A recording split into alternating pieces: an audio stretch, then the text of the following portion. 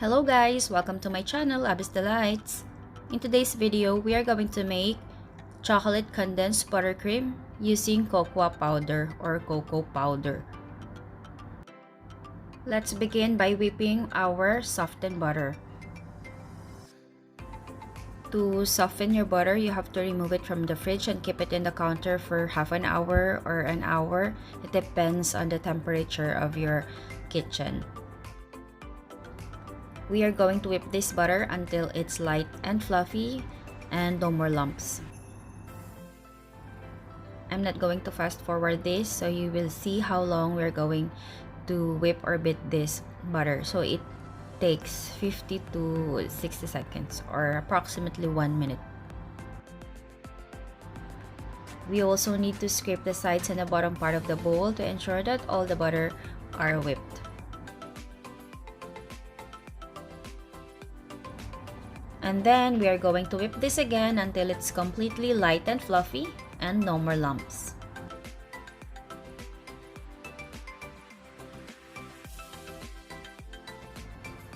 Maybe we can whip this again for about 20 to 30 seconds.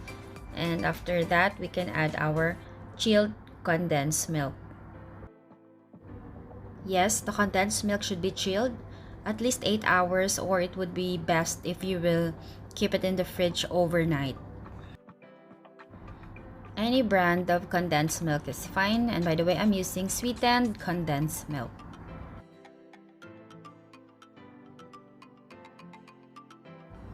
And we're going to whip this again until it's completely blended.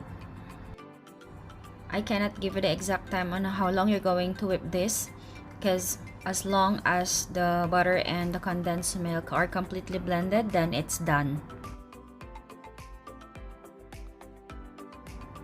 So how are you going to save your buttercream if it's too soft or it's a bit runny? If you notice that your buttercream is a bit runny or too soft, don't worry guys. Just keep your buttercream in the fridge for at least 20 to 30 minutes, or you can also keep in the freezer for at least 10 minutes and whip it again. Once you start whipping, it will curdle because it's cold, because it's coming from the fridge. But don't worry, just continue whipping until it's smooth and fluffy again. As for my buttercream, I noticed that it's a bit soft, so I keep this in the fridge for about 10 minutes and then I whip it again. So once you re-whip your buttercream, the consistency should be like this. It should be smooth and fluffy.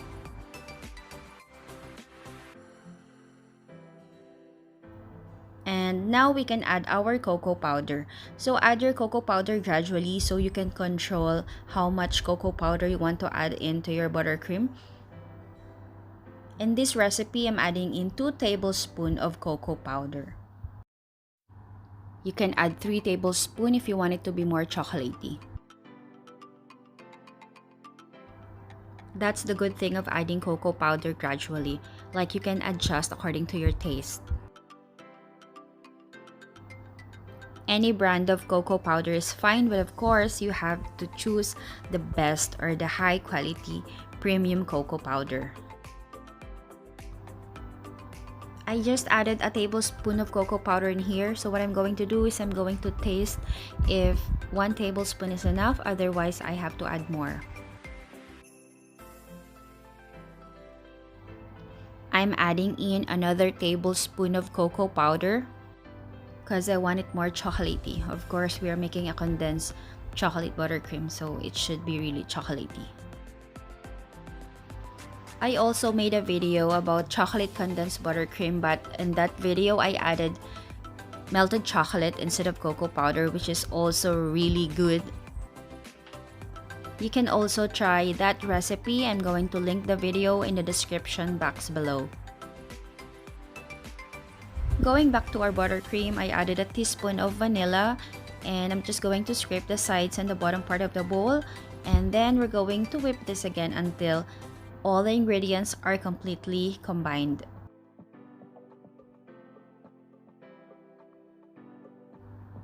We will just whip this for about 20 to 30 seconds and then we're done.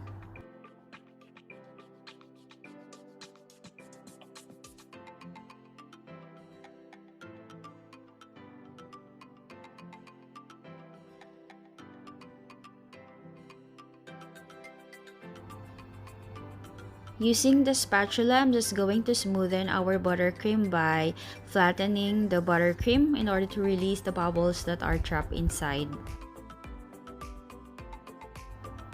You know, when we are frosting our cupcakes, we can see some small holes in our buttercream or in the frosted cupcakes. It means that the buttercream incorporated a lot of air. So it's very important to flatten it using your spatula to release the bubbles that are trapped.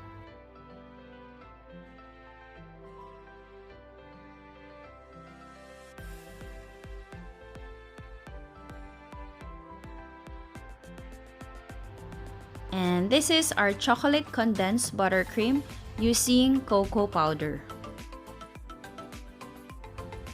I already transferred some chocolate condensed buttercream into our piping bag, and I'm using 1M tip to frost our cupcakes.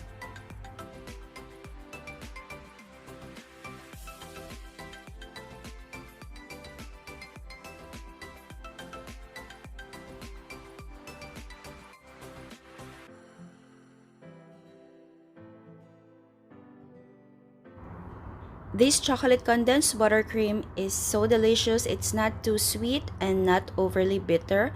Hope you try this recipe. Thank you so much for watching, and please like, share, and subscribe. See you on my next video.